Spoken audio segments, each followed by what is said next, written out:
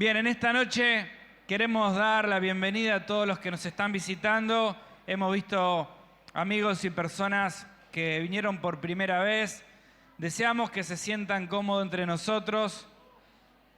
Y estamos aquí para hablarle de una persona maravillosa que un día transformó nuestras vidas, que es Jesucristo. Por eso el título en esta noche es Amor que transforma. Y si usted trajo la Biblia, le pido que la abra en Juan capítulo 13.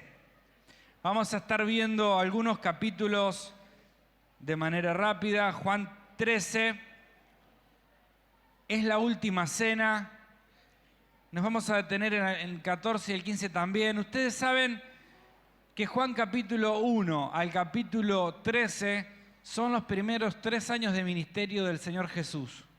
Juan capítulo 13 al 18 son las últimas horas de Jesús. Sí, Juan es un evangelio que lo podemos fechar de manera simple por las Pascuas. En el capítulo 2 aparece la primera Pascua, en el capítulo 6 la segunda Pascua y estamos en el capítulo 13, la última Pascua. Y en la última Pascua el Señor prepara un ambiente porque quería compartir con los suyos, como recién compartíamos en la cena del Señor. Y los que estuvieron ahí en esa mesa jamás olvidaron algo que pudieron ver con los ojos, sentir con el corazón, que fue el amor que que estaba ahí les pudo transmitir. Y vamos a ver en el recorrido del Juan capítulo 13, 14 y 15 algunos aspectos de este amor que transforma. En primer lugar vamos a Juan capítulo 13 y vamos a ver el ejemplo del amor. Juan capítulo 13 es el pasaje donde todos conocemos que Jesús le lava los pies a los discípulos. Sin embargo, hay algo que le llamó la atención a Juan. Dice el verso 1, antes de la fiesta de la Pascua, sabiendo Jesús que su hora había llegado para pasar de este mundo al Padre, eso implicaba el sufrimiento en la cruz y el juicio injusto. Y dice así Juan, presta atención. Como había amado a los suyos que estaban en el mundo, los amó hasta el fin. Y verso 2 dice, y cuando estaban cenando, como el diablo ya había puesto en el corazón de Judas Iscariote, hijo de Simón, que le entregase, y luego sigue el relato, sabiendo que Jesús iba a pasar de este mundo al Padre, y ahí empieza el relato. Y nos empieza a contar que estaban todos cenando. La costumbre judía indicaba que cuando llegaban a la cena el siervo de la familia tenía que limpiarle los pies a los invitados. Pero claro, acá entraron a esta cena discutiendo y la discusión era quién era el mayor. Y ahí mientras todos estaban discutiendo, el Señor sin decir una palabra se levantó, preparó un lebrillo que era una especie de recipiente que ellos usaban. Y el Señor Jesús tomó el rol del siervo. Hizo lo que nadie estaba dispuesto a hacer. Y lo hizo por amor. Dice Juan que sabiendo que su hora había llegado, los amó y los amó hasta el fin. ¿Por qué dice esto Juan? Porque los discípulos en este momento no entendían que a pocas horas al Señor Jesucristo le esperaría un calvario. Sin embargo, pudieron ver con sus ojos el amor con el que el Señor le lavó los pies a los discípulos y los amó hasta el fin. Esto nos deja una hermosa enseñanza, que el servicio es un servicio por amor y lo que nosotros hacemos se transforma en servicio cuando lo que hacemos le ponemos este condimento que es el amor. Miren, podemos tener actividades, programas, reuniones de equipos, salidas, juntadas, deporte. Pero lo que hace diferente este tipo de actividades de un servicio a Cristo es cuando todo eso que hacemos, lo hacemos con amor. Saben que hace tiempo conocí el testimonio de un muchacho que tenía un trabajo promedio, él era un trabajador de un sueldo promedio. Pero él cuando era un niño pobre. Y nunca olvidó que en un momento, esto es en Buenos Aires, cuando todos los niños de la iglesia se iban a ir de campamento, él no iba porque no tenía dinero. El pastor después de una reunión lo llamó a su oficina y le dijo, Carlos, yo quiero que vos puedas estar en ese campamento, yo te voy a pagar el campamento. Eso cautivó el corazón de ese niño que después se transformó en un joven y en un adulto que cada vez que hay un campamento secretamente se pone a preguntar quién es el joven, el niño, el adolescente que no puede pagar, porque él está dispuesto a pagar. Claro, él recibió amor, un amor práctico, alguien le sirvió con amor y él estaba dispuesto a hacer lo mismo porque entendía que a esa actitud de dar, si le agregamos el condimento esencial que el Señor nos enseña acá, se convierte en un servicio a Cristo. Es el amor. Hay una historia que cuenta que había un niño que vivía a media cuadra de la iglesia y lo invitaron a la hora feliz de la iglesia. Él empezó a ir, pero con el tiempo no fue más. Pasó el tiempo y los maestros se dieron cuenta que no venían y lo fueron a buscar. Y cuando lo fueron a buscar le dijo, no, pero yo voy a la otra. ¿A cuál? El niño se cruzaba en bicicleta toda la ciudad y se iba a otra hora feliz. ¿Y por qué te fuiste allá? Bueno, porque allá el maestro viene toda la semana a mi casa, me pregunta si necesito algo, me escribe, está pendiente de mí. Él encontró en ese lugar lo que en el otro no encontró. Quizás al servicio le faltó ese condimento esencial que es el amor. Esto me lleva a preguntar cómo es mi servicio a Cristo. Porque el Señor estuvo dispuesto a hacer lo que nadie quería hacer y Él nos deja una enseñanza. Y el Señor les dice a los discípulos, ustedes se pelean cuál es el mayor. Los gobernantes quieren esas cosas, pero entre nosotros no es así. Y Él va a dar este hermoso ejemplo que transformó sus vidas, sus mentes, pero no solo eso, sino que Él en esta cena va a dar una muestra de amor a través del perdón. Todos pudieron ver el corazón del Señor a través del perdón que estaba dispuesto a darle a Judas. Por eso Juan dice que hay dos cosas que le llamó, que estuvo dispuesto a amarlos hasta el fin, aunque faltaban horas para la cruz. Cualquiera de nosotros, sabiendo que venía algo así, hubieran dicho, bueno, he amado hasta acá y hasta acá llegué. Pero el Señor continuó hasta lo último. Hay otra cosa que le llama la atención a Juan y dice que Satanás había puesto en el corazón de Judas engañarlo y él va a contar. Y todos sabemos lo que ocurrió en esa cena. El Señor estuvo con Judas, le lavó los pies, lo invitó a la cena, le citó las Escrituras, porque antes de que Judas vaya y lo entregara por 30 piezas de plata, el Señor va a decir, uno de ustedes me va a entregar como está escrito en las Escrituras. Y a pesar de que el Señor lo amó, lo invitó a cenar, le lavó los pies y le citó las Escrituras, le entregó. ¿Sabes que si el Señor estuvo dispuesto a invitar a Judas a comer, si el Señor estuvo dispuesto a lavarle los pies, si el Señor estuvo dispuesto a darle el lugar de honor, vos sabés que Judas ocupó en esa cena el lugar de honor. La tradición judía decía que había invitados de honor y Judas lo ocupó. Dice el relato que le preguntaron al Señor, ¿quién es el que te va a entregar? Y Jesús responde a esa pregunta. El que diere el pan mojado, ese es el que me va a entregar. Ahora nos preguntamos, ¿y cómo no se dieron cuenta que era Judas? Bueno, porque el Señor le convidó el pan mojado a todos, pero a Judas se lo dio primero. Lo trató diferente. ¿Saben por qué? Porque hasta lo último estaba esperando que se arrepintiera y se quebrantaran en su corazón. Y yo pienso en tu vida y en la mía. Cómo el Señor te invita, es capaz de limpiarte los pies, es capaz de darte el pan mojado, que significa que toma pan y un poco de cordero y te lo da. El Señor está dispuesto a perdonarte, no importa lo que hayas hecho. A veces endurecemos el corazón porque creemos que somos indignos de su perdón. Y claro que somos indignos de su perdón. Pero Él todavía nos invita a la cena, todavía nos convida a ese pan mojado porque Él está dispuesto a perdonar. ¿Saben? El pecado merece ser juzgado y es así. Pero no merece ser juzgado por nosotros. Nosotros no tenemos un ministerio de juicio hacia las personas.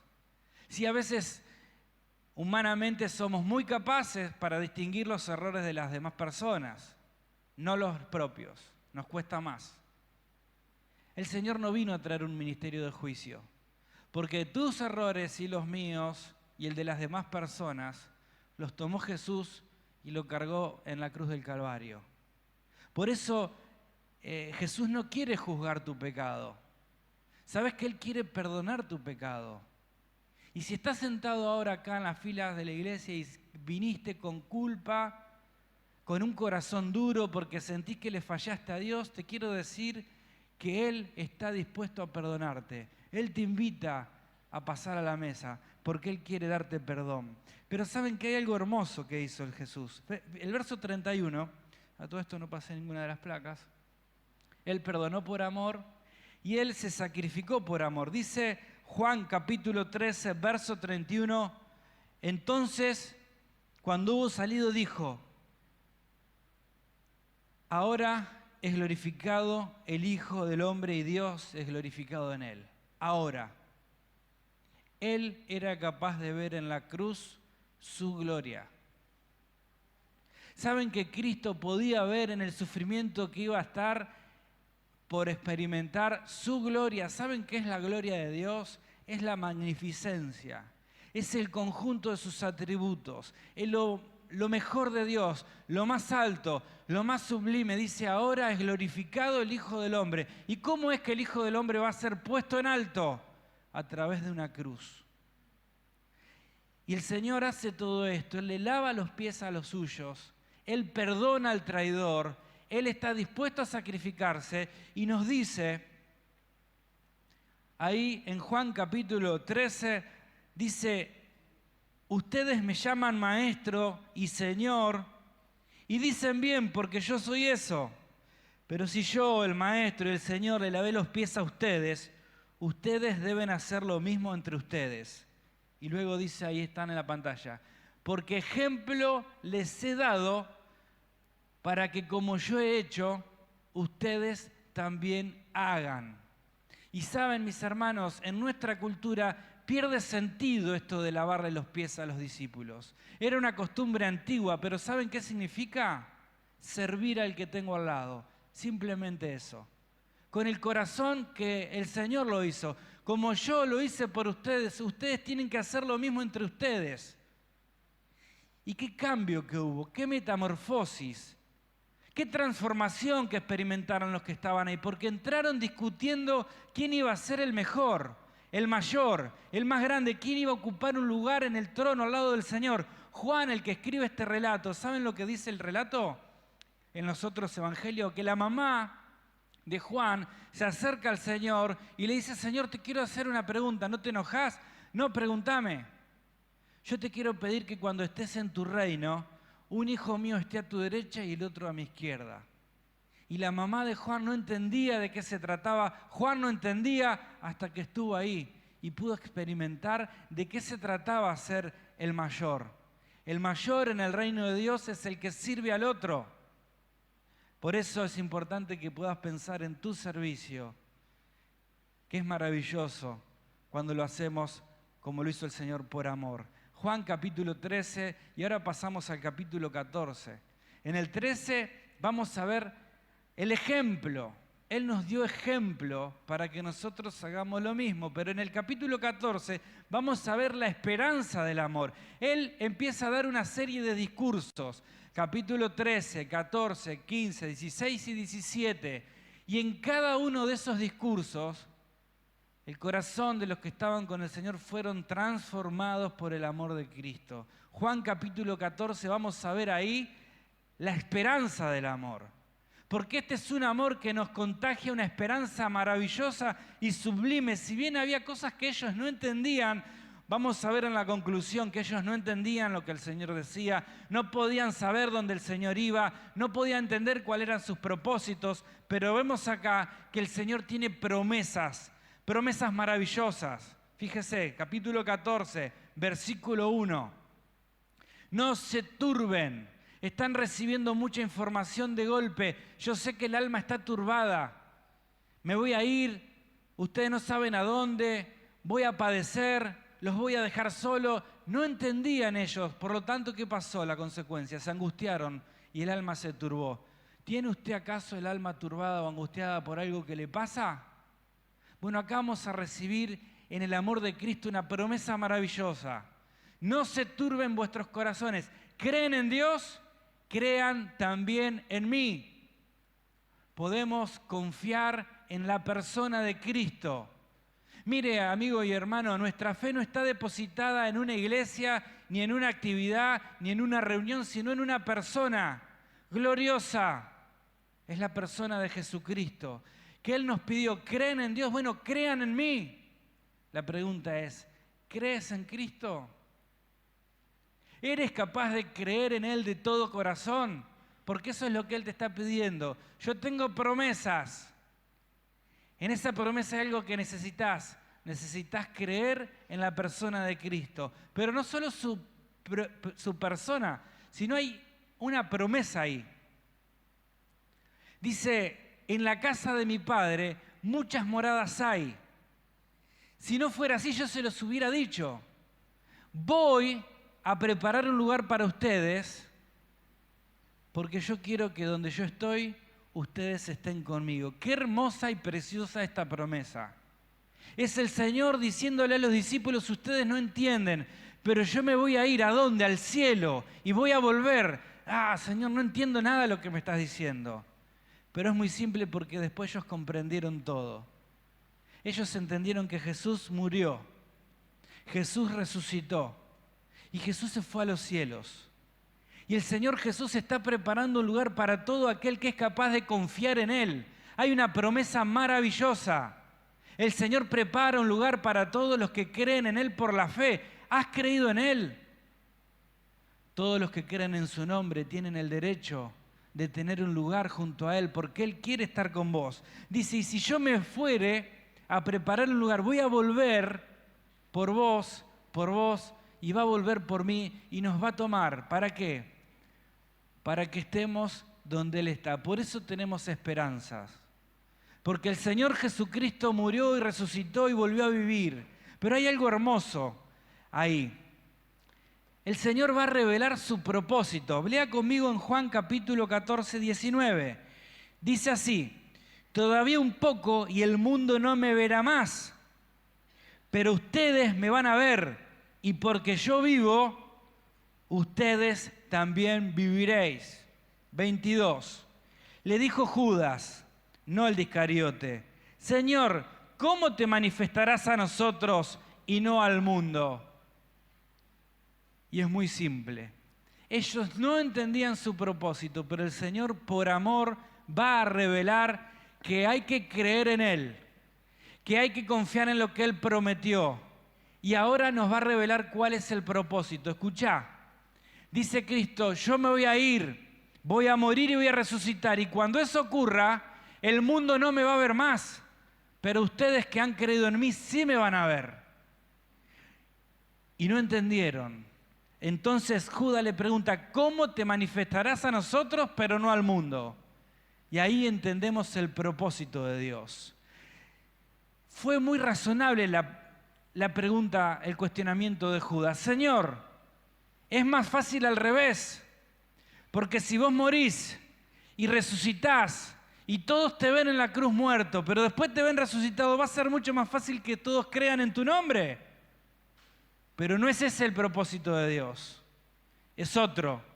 ¿Sabes cuál es? Que ustedes que me pudieron ver muerto y resucitado salgan a contarle al mundo la esperanza que ahora ustedes tienen, esa esperanza que tenemos que compartir. Y de eso se trata el propósito. Estos 12 que después lo vieron, fueron más de 500 los que creyeron, los que vieron a Cristo ascender a los cielos. Fueron los que empezaron a compartir el Evangelio y otros también creyeron por el testimonio de ellos. Y el tiempo pasó, pero hay algo que no cambió. El propósito de Dios es el mismo. ¿Sabes cuál es el propósito? Que ahora vos y yo salgamos y compartamos este mensaje hermoso. Es el Evangelio de Dios. Estaba con un hombre y me contaba que hacía poco tiempo, es un hombre grande, tiene más de 60, llama a un amigo era bancario, estaba trabajando con su rutina. Tenés un llamado, no puedo atender, decirle que es urgente. Y cuando atiende el teléfono le dice, yo te quiero dar gracias porque un día como hoy, pero de 1980 y cuánto, no sé, gracias a vos que me compartiste el Evangelio, hoy yo nací de nuevo. Qué hermoso. Yo te quiero invitar a que vos hoy puedas hacer 2 ejercicios. El primero, que puedas recordar cómo fue que naciste de nuevo. A lo mejor fue un proceso de tiempo, tenías el corazón duro hasta que en un momento pareció que el velo se cayó de los ojos y creíste en Cristo y te aferraste a sus promesas, pero alguien te contó, alguien te llamó, alguien te invitó, a lo mejor fue en un campamento o en una reunión o en un grupo pequeño o en una horita feliz de niño. Recordalo y escribile un mensajito al que te compartió el Evangelio y decirle gracias porque el Señor me salvó, pero vos me lo contaste. Y hace otro trabajo. Anotá ahí alguien que todavía no conoce y llévate esta tarea. Contale vos. Porque el Señor no se apareció en el mundo. El Señor se apareció por la fe en la vida tuya y en la vida mía para que nosotros podamos contar a otros. ¿Sabés que hay un escritor que se llama John Piper y habla del problema que las iglesias tienen? ¿Saben que es hermoso tener un templo como este? Él escribe. Y cada vez hacemos los templos más lindos.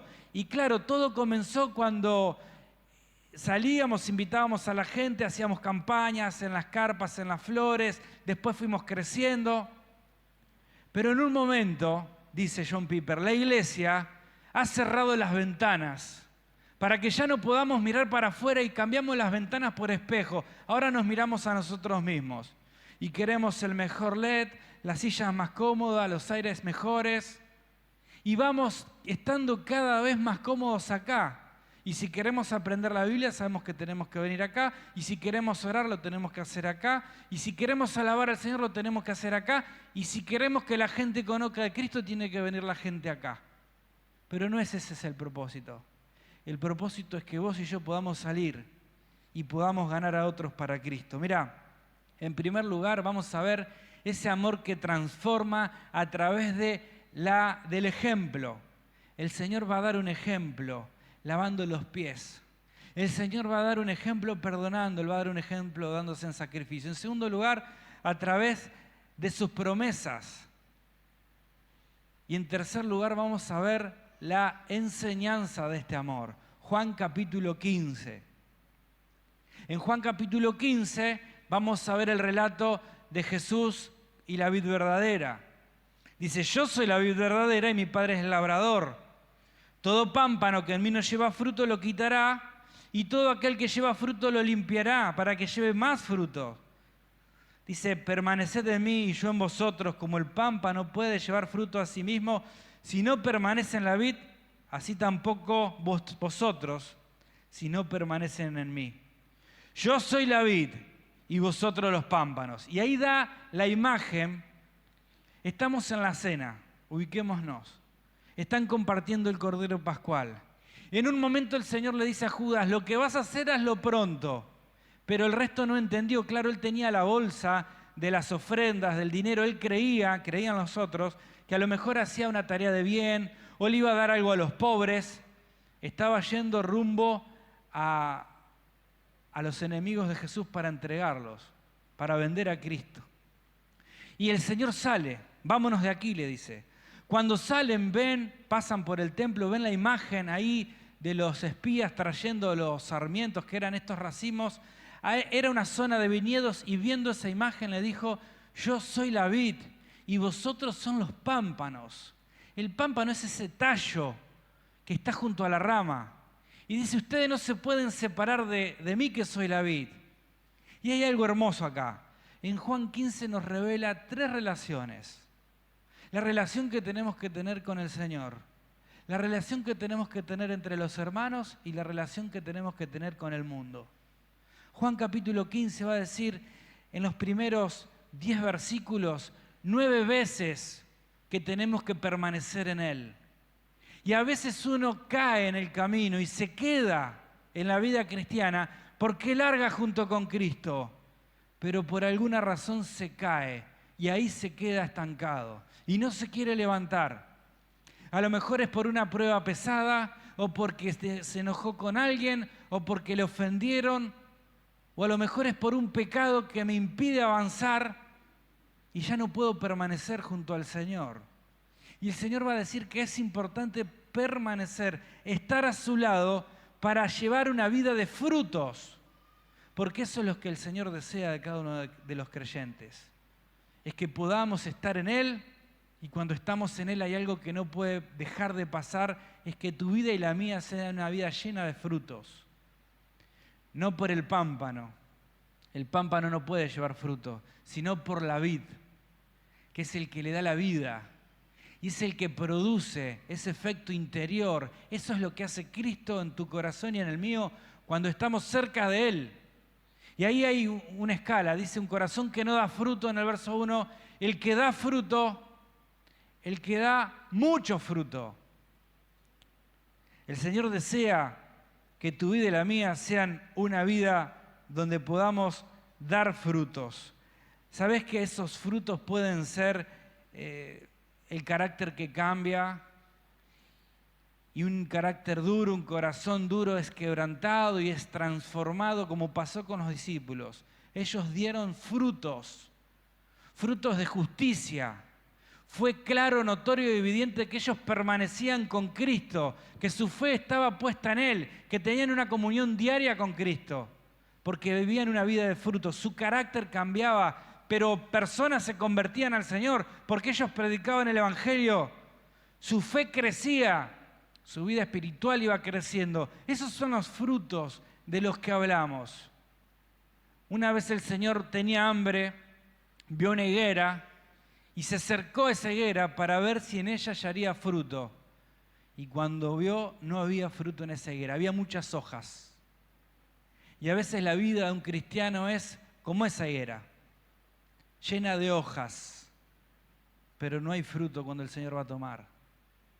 Saben que esas hojas son apariencias, pero el Señor no quiere una vida de apariencia, quiere una vida de frutos. Y no hay mucho secreto. Para tener una vida de fruto hay una sola cosa que tenemos que hacer, y es permanecer con Cristo. Por eso el Señor acá va a hablar de esto, que es necesario estar ahí.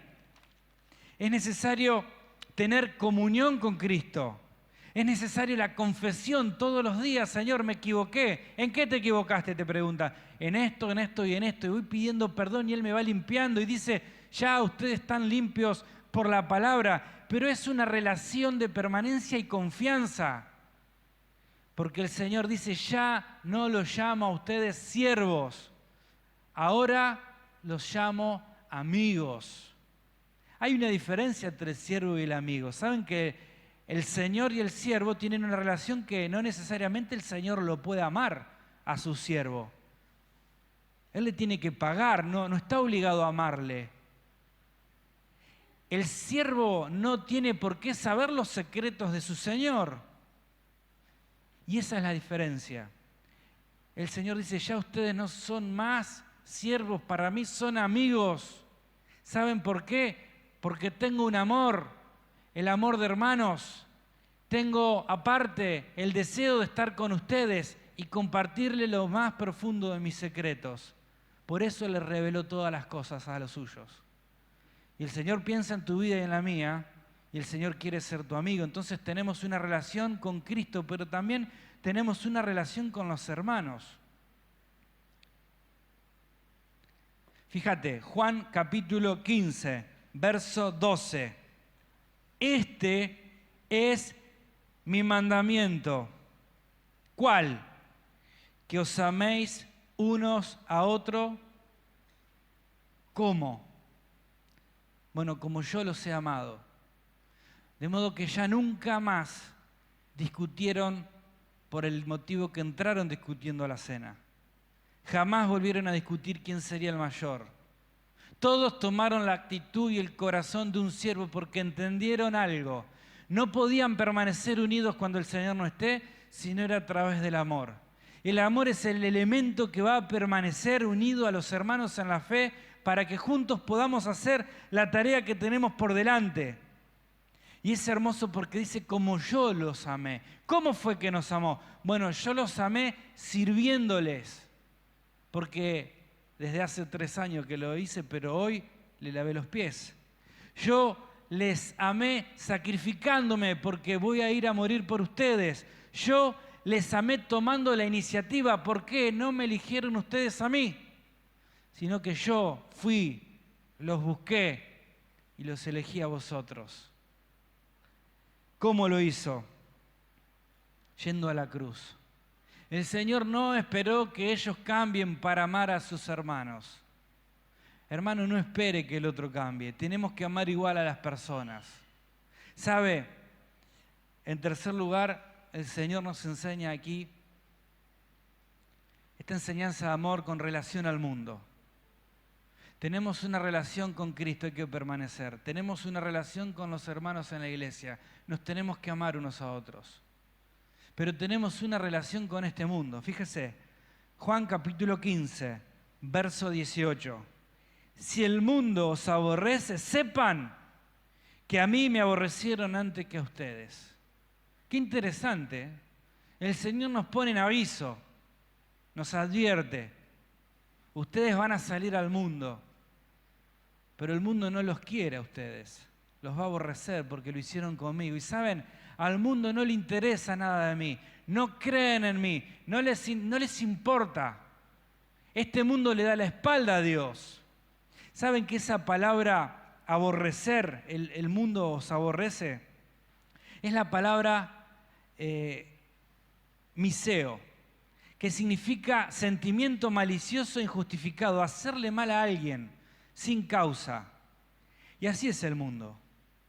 Y entre tanta oscuridad que no le atrapa el amor de Cristo, que no le interesa lo que Dios hizo por él, ahí estamos nosotros, el creyente, muchas veces incómodo en este mundo, porque desde una publicidad hasta una serie que vemos, hasta, no sé, las redes sociales, vamos a encontrarnos con el mundo que nos rodea, que tiene un discurso, una moral, un pensamiento completamente distinto al Señor. Y cuando nosotros queremos contarle en qué creemos, en qué pensamos, vemos resistencia y oposición. Y muchas veces el mundo nos aborrece. Por eso el creyente que está muy cómodo en este mundo, cuidado a veces.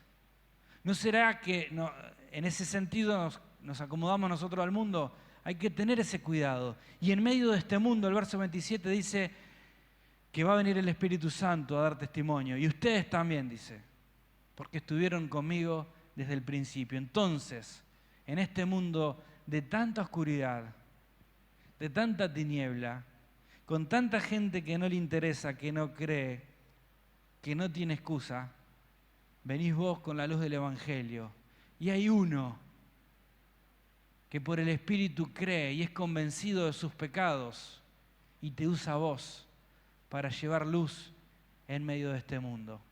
Miren, estamos en tiempo para terminar. Yo quiero concluir en esta noche reflexionando en algunas cosas. Hay algunas citas que ya les voy a mostrar, pero los discípulos, en primer lugar, no entendían lo que Jesús hacía. Yo les voy a leer. Capítulo 13, verso 5. Verso 7.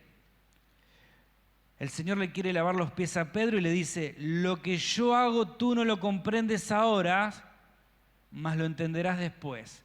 Los discípulos no entendían lo que Cristo hacía.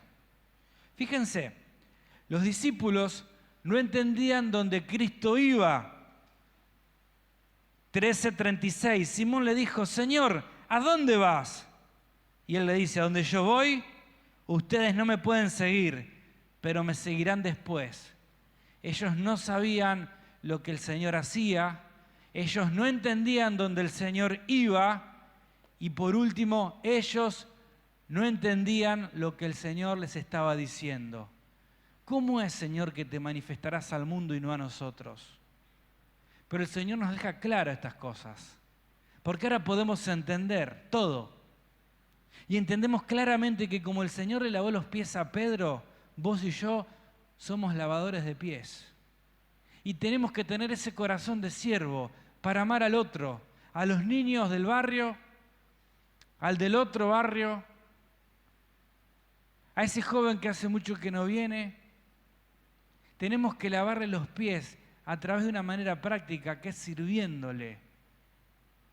¿Sabes que hay cosas que no entendemos? ¿A dónde vas, Señor? Bueno, no me vas a entender, voy al cielo. Voy a morir, voy a resucitar. Y los que creen en mí van a tener esa misma experiencia, porque yo vencí la muerte, tengo para vos la promesa de la vida eterna. Señor, ¿dónde vas? Donde yo voy no podés seguirme ahora, pero sí me vas a seguir después. ¿Cuándo?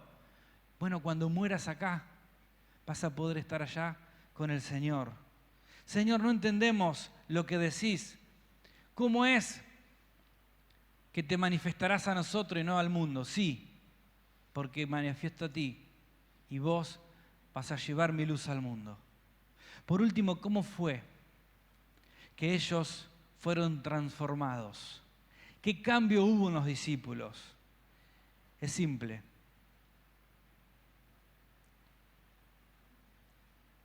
Es el amor. Fíjense, Juan 13:34. Un mandamiento nuevo les doy, que os améis unos a otros como yo os he amado, que también me améis los unos a los otros. Juan capítulo 15, verso 12. Este es mi mandamiento, que os améis unos a otros como yo los he amado. Juan capítulo 15, versículo 17. Esto les mando. ¿Qué, Señor? Que se amen unos a otros. ¿Qué fue lo que transformó la mente, el corazón y la vida de esos 12? Fue el amor que pudieron ver, fue el amor que pudieron sentir, fueron las palabras que pudieron escuchar, lo que transformó las vidas. Tremendas enseñanzas, tremendas promesas. Pregunto, si venís por primera vez, ¿vas a creer en Él? Él te dice, tenés que creer en mí. ¿Sos capaz? Es una promesa hermosa. ¿De qué se trata esto? Bueno, todavía un poco y el mundo no me verá más. Pero ustedes me van a ver. Y porque yo vivo, ustedes también van a vivir. Y está hablando del futuro. Y está hablando más allá de la muerte. ¿Sabes a qué se refiere? A que cuando nosotros terminamos la vida acá, la podemos seguir allá, junto con Él. Porque Él ya venció a la muerte. Y esa es la promesa hermosa. ¿Lo crees? Si lo crees, pedíselo. Yo te ayudo. Cerrá tus ojos. Mira, te quiero decir que tanto vos como yo y todos los que estamos acá somos igual que Judas. No merecemos el perdón de Cristo. Somos indignos porque erramos, porque nos equivocamos, porque fracasamos, porque en nuestra conciencia hay vergüenza y culpa. Y aún así, el Señor está dispuesto a invitarte a comer. El Señor está dispuesto a amarte y a lavarte los pies porque te ama. Y el Señor está dispuesto a tratarte con honor que no mereces, y yo tampoco. Él está esperando que te quebrantes, que pidas perdón, porque Él te quiere perdonar. ¿Crees en el perdón de Cristo? Se lo tenés que pedir a Él. Porque acá no predicamos una religión, no predicamos de una iglesia, no predicamos de una persona que no sea de Cristo, el único que en esta noche tiene poder y autoridad para entrar en tu corazón y perdonar tus pecados. Es el que fue a los cielos, el que estuvo muerto y resucitó y venció la muerte, y Él te puede dar vida a vos hoy, si se lo pedís con fe y de corazón. Yo te voy a ayudar. Si crees en Él en esta noche, decile: Señor Jesús, Él te escucha, Él te conoce, Él te ama. Decile: Señor Jesús, creo en ti, te pido perdón por mis pecados y te recibo en mi vida como mi Salvador. Cerrá tus ojos y habla con Jesús. Es el que te ama, el que te conoce, el que murió, el que resucitó, que en esta noche está dispuesto a perdonarte. Decile junto conmigo: Señor Jesús, creo en ti, te recibo en mi corazón como mi Salvador personal. Perdona mis pecados. El Señor te ama y te espera. Él desea tener una relación con vos. Él golpea la puerta de tu corazón. Y yo te pregunto si se la vas a abrir. Decile: Señor, repetí conmigo, en esta noche te pido perdón por mis pecados. Entra en mi corazón. Sé mi Salvador. Seguimos con los ojos cerrados. Yo quiero saber si en esta noche hay alguien que oró así junto conmigo, que pueda levantar y bajar la mano. ¿Quién ha orado así conmigo? Que Dios te bendiga. ¿Quién más? Que Dios le bendiga, señora. ¿Quién más? Que Dios te bendiga. ¿Quién más en esta noche decide confiar en Cristo y pedirle perdón? Levantá y baja tu mano. Que Dios te bendiga. Pregunto por última vez, ¿hay alguien más? Seguimos orando. Y tal vez en esta noche te das cuenta que pusiste un espejo en la ventana de la iglesia. Yo te quiero invitar que lo puedas quitar. Yo quito el mío y vos quita el tuyo. Y te quiero invitar a que puedas escribirle, agradecerle, el mensajero de Dios que se presentó a tu vida con el maravilloso mensaje del Evangelio. Y que también puedas pensar en alguien que nunca escuchó de Cristo y puedas en esta semana llevar luz a esa alma oscura que necesita. Señor, en esta noche yo te quiero dar gracias por tu amor que transformó el corazón de los que estaban en esa cena y que nunca fueron los mismos. Yo te doy gracias en el nombre de Jesús. Amén.